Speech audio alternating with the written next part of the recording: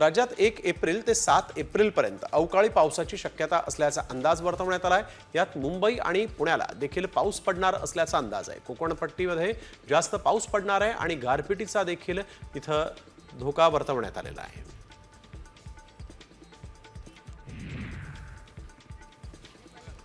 बुलढाण्यामध्ये नालीचं घाण पाणी मिश्रित पाणी प्यावं लागत असल्यामुळे असंख्य नागरिक आजारी पडत आहेत। तुमच्याकडून जे होतं ते करून घ्या, आमचं कुणीही वाकडं करू शकत नाही अशी मुजोरी ग्रामसेवकाकडून केली जात असल्याचा आरोप या नागरिकांनी केला आहे आणि आता या त्रस्त नागरिकांनी घागर मोर्चा काढण्याचाही इशारा प्रशासनाला दिलेला आहे।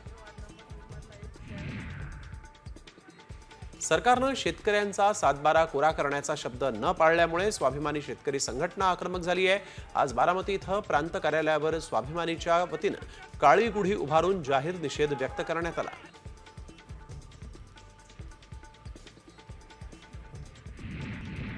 नंदुरबारमध्ये धडगाव न्यायालयाच्या परिसरात वकिलावर प्राणघातक हल्ला करण्यात आला आणि त्यामुळे वकील संघानं कडक निषेध नोंदवलेला आहे। या प्रकरणी धडगाव पोलीस ठाण्यामध्ये गुन्हा नोंदवण्यात आलेला आहे। मात्र आरोपीवर कारवाई न केल्यामुळे न्यायालयीन कामकाजावर बहिष्कार टाकण्यात आला आहे।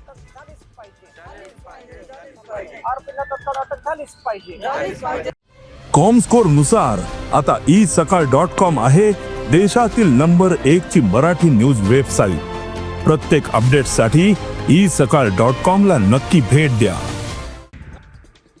पिंपरी चिंचवडमध्ये महावितरणच्या रोहित्रकांची चोरी करणाऱ्या टोळीला म्हाळुंगे पोलिसांनी अटक केली। यावेळेस त्यांच्याकडून जवळपास 2,30,000चा मुद्देमाल जप्त करण्यात आलेला आहे। दरम्यान टोळीकडून रोहित्रक चोरीचे 9 गुन्हेही उघडकीस आलेले आहेत। जादूटोण्याच्या बहाण्यानं पुण्यातील हडपसरमध्ये महिलेला लुटण्यात आलं आणि या प्रकरणात भोंदू बाबाला हडपसर पोलिसांनी अटक केलेली आहे। घरावर संकट येणार असून ते दूर करण्याची बतावणी करत महिलेचे 3.5 लाखांचे दागिने घेऊन हा भोंदू बाबा पसार झाला होता। निळकंठ सूर्यवंशी असं या आरोपीचं नाव आहे।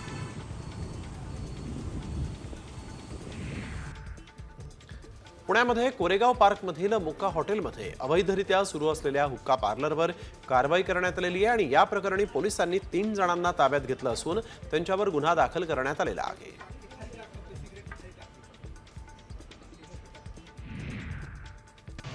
मिरजेमध्ये भर दिवसा 4 बुरखाधारी महिलांनी सराफाच्या दुकानामध्ये दागिन्यांवर डल्ला मारलेला आहे। ही घटना सीसीटीव्हीमध्ये कैद झाली आहे। तर दिवसा अशा प्रकारे धाडसी चोरी केल्यामुळे सराफ व्यापारामध्ये देखील आता भीतीचं वातावरण आहे।